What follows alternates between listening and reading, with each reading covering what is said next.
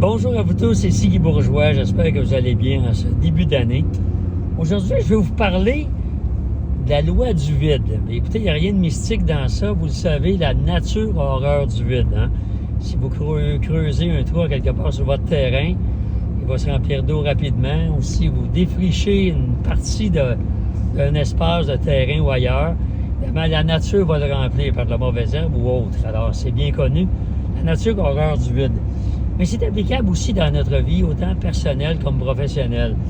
À titre d'exemple, je me rappelle il y a plusieurs années, lorsque j'ai perdu beaucoup de poids et que j'ai fait une grande tournée de conférences sur le sujet, je disais aux gens, si tu veux perdre du poids, entre autres, une des façons, évidemment, s'entraîner plus et manger moins, c'est bien sûr, mais aussi faire de l'espace, c'est-à-dire regarder votre garde-robe et sortez de votre garde-robe tous les vêtements qui sont trop grands, que vous ne voulez plus reporter. Et au fur et à mesure que vous perdez du poids, faites le vide de ces vêtements-là. Et surtout, ne pas les garder en se disant au cas où. Donc, faire le vide pour, évidemment, remplir avec de nouveaux vêtements. Mais ça fonctionne aussi dans le domaine professionnel. À plusieurs reprises dans ma vie, j'ai des clients qui m'ont dit à un moment donné, écoute, j'ai agrandi mon entrepôt et, on regardait nos besoins, on manquait d'espace, mais je l'ai agrandi 2 fois plus grand que nos besoins parce que j'anticipais une croissance, même si c'est un investissement substantiel.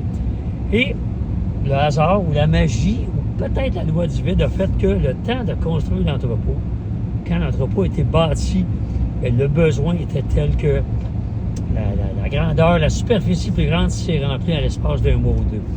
J'ai moi-même vécu ça à quelques reprises dans ma vie d'affaires, où je me rappelle il y a plusieurs années avoir acheté un camion plus grand dans mon ancienne vie, au cas.